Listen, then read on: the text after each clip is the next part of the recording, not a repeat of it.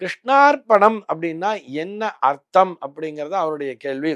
ஏன்னா ஒரு சில பேர் அவ்வளவுதான் எல்லாம் கிருஷ்ணார்ப்பணம் அப்படிங்கிறா, அதாவது எதுவுமே திரும்ப கிடைக்காது, எதுவுமே வராது என்பது போல ஒரு எதிர்மறையாக சொல்கின்ற வார்த்தையாக இந்த கிருஷ்ணார்ப்பணம் என்பதை பயன்படுத்துகிறார்களே.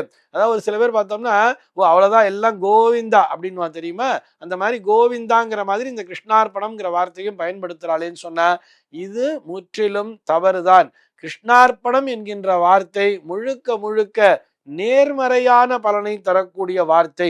கோவிந்த நாமமும் அப்படித்தான். எல்லாம் கோவிந்தா அப்படின்னு சொல்லி எல்லாம் போயிடுச்சு, எதுவுமே திரும்ப வராதுங்கிற மாதிரி சொல்லவே கூடாது.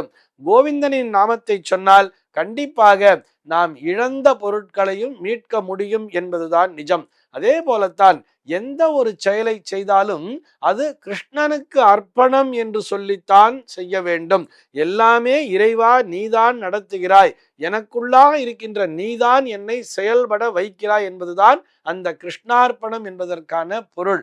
அதாவது பகவத்கீதையில பகவான் சொல்லியிருப்பார் தெரியுமா, எது நடந்ததோ அது நன்றாகவே நடந்ததுன்னு சொல்லிட்டு, எதை நீ கொண்டு வந்தாய் அதை நீ இழப்பதற்கு அப்படின்னு சொல்லிட்டார் இல்லையா. இங்க எல்லாமே நீ உன்னுடைய வேலை என்ன, நீ கடமையை செய், பலனை எதிர்பாராதே, நீ பாட்டி உன்னுடைய டியூட்டியை பண்ணிண்டே இருக்கணும், உனக்குரிய பலன் நிச்சயமாக கிடைக்கும் சொல்றார். ஆக நீ இதிலே செயல்படவில்லை, உனக்குள்ளாக இருக்கக்கூடிய நான் தான் உன்னை இயக்கி கொண்டிருக்கிறேன்னு சொல்லிட்டு பகவான் தெளிவாவே நமக்கு சொல்லியிருக்கார் இல்லையா.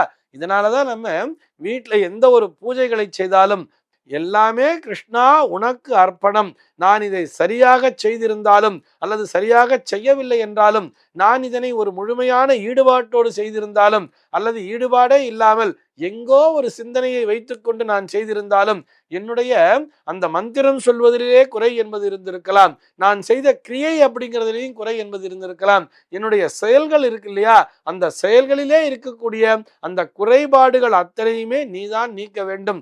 மந்திரஹீனம் கிரியாஹீனம் பக்திஹீனம் உதாசனா எத்து தந்து மயாதேவா பரிபூர்ணம் ததஸ்துதே பிராயச்சித்தானி அசேஷானி தபக்கர்ம ஆத்மகானிவை யானி தேஷாம் அசேஷானாம் கிருஷ்ணானுஸ்மரணம் வரம் சொல்றார்.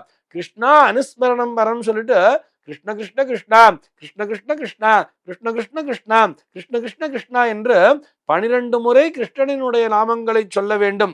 எந்த ஒரு பணியை செய்தாலும்னு சொல்றார். எல்லாவற்றையும் கிருஷ்ணன் பார்த்து கொள்வான் அப்படின்னு சொல்லிட்டு நம்ம ஒரு வேலையை செய்துவிட்டு கிருஷ்ணார்ப்பணம் அப்படின்னு சொல்லும் பொழுது அந்த வேலையானது நிச்சயமாக முழுமை பெறுகிறது.